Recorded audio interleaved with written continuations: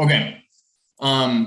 Just at our faculty in service where I didn't know anyone, and just kind of the new guy coming in, like, what does he believe in? What are his values? I wanted to share like I call them bone deep beliefs. And I thought it would just be helpful to go through those with you, just to give you some perspective on how I approach education, what I'm passionate about, and what I'm thinking about. So I'm just going to share the same slides. These are just 5 quick things, and then we'll get to questions. So the very first thing, and this kind of answers one of the questions that was submitted, but the reason why I'm an educator and the reason why I really wanted to be at St. Al's was because there's a vision to have education that is Christ-centered or Christocentric. And this is really, if we're not doing this, we're not doing our job as Catholic school educators. And I think it's really important, just from my perspective, that being a Catholic school, it's not just an add-on, it's not the cherry on top, but it's really the core of our identity.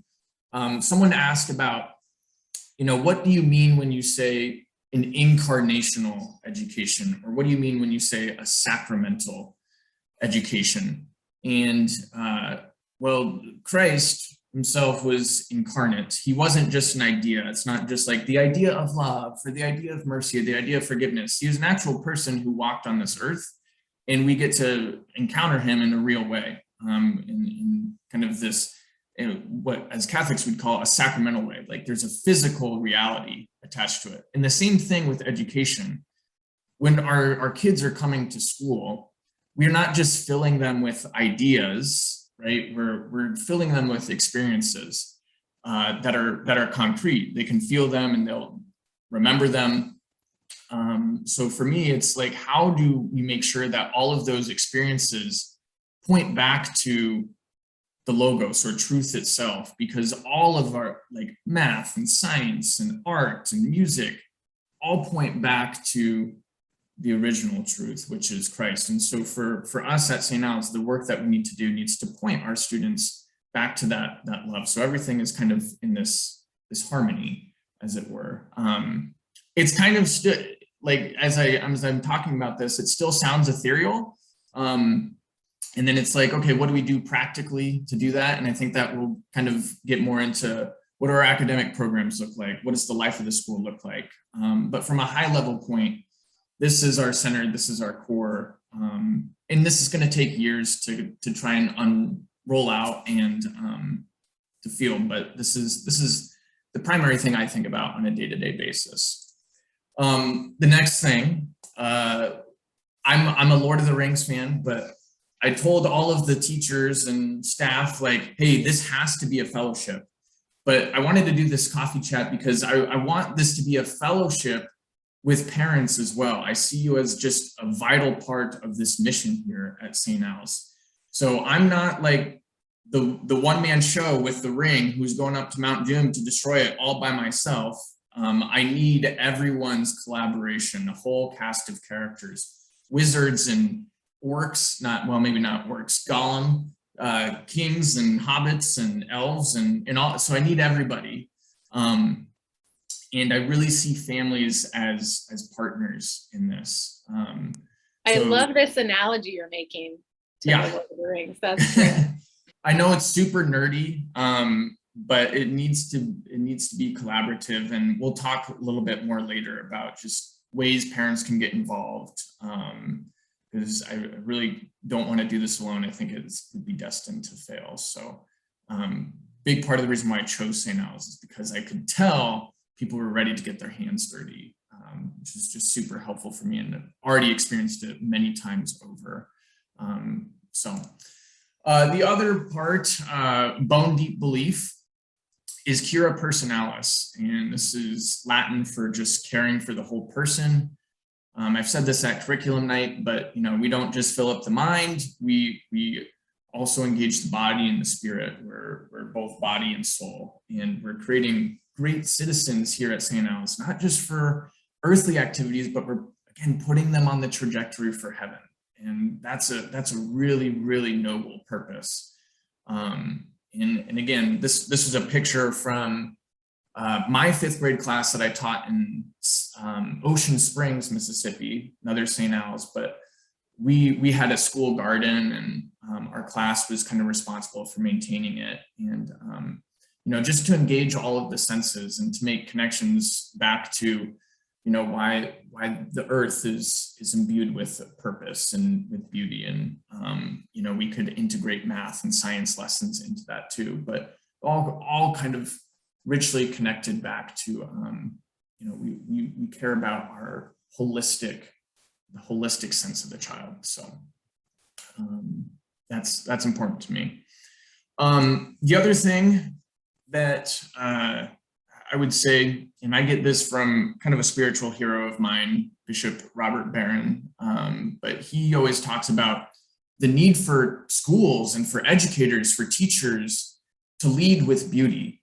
And our own St. Alphonsus, he drops some wisdom, and he says, you can catch more flies with honey than with vinegar. So I think it's super wise. I mean, we can't sugarcoat things. We can't sugarcoat the faith and dumb things down.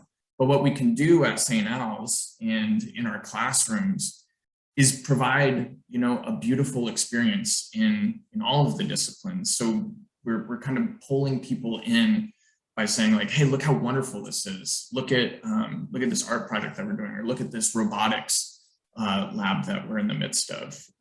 So we pull them in with the beautiful. Then they see, okay, this is good. I want to participate with this on my own, whether it's in high school, in college, beyond. Like, we're planting seeds, right? And then that leads to the truth. Like, now I understand. Now I recognize the purpose of this, and I can go out and share this with others, and it can change my life. That's altered towards this greater reality that I've experienced. It's not just STEM. It's not just music or whatever, but they see the greater context. So leading with beauty is important here. And then finally, I'm Jesuit educated at Gonzaga, and the Jesuits talk a lot about the Magis, which is the more or the greater. And really, I'm going to have to figure out ways to do this with our students, but it's hard right now because we can't necessarily all gather together except for outside. But how can we challenge our students to do what's more or greater for Christ and build the formation of virtues? So big reason I was attracted to St. Al's was the family system, right? Which provides opportunities for mentorship. It provides opportunities for relationships across grade levels. How can we be present and be more for eighth grader to a kindergartner, for instance, and then also to call out instances where students have gone above and beyond, and really celebrate those moments and that are in line with our mission. So it's also, I guess I'll answer another question was, how do we at St. Al's celebrate teachers, and like, how do we build relationships with teachers? And one of the things that we've started to do at staff meetings is we'll have Magis moments. So we have a little trophy that will go around, and teachers will shout out other teachers for doing just amazing work in the building. And, from a very human level, we like gratitude. We need gratitude. And so just for us to make a public recognition of that is important. And then, for me, just to show gratitude to our teachers, I'm walking through the building multiple times a day. I'm popping my head into about every classroom. I see what's going on in the classrooms, and I get to learn what's happening. And I think that goes a long way for teachers to feel like they're noticed, that they're appreciated. And then it just leads to easier conversations down the road about teaching, because I've actually seen them doing their great stuff in there. So if there's changes or new ideas to be rolled out, I can already have that relationship built because I've been in the building. That's a small thing that we're doing right now. But anyways, bone deep beliefs, probably too philosophical and high level for our context right here, but I just at least wanted to share those and give you a little insight into what I'm thinking about. Oh, that's great. That was great, and such a nice way to share kind of your vision and how you think about education in our school. So that was great. Thank you.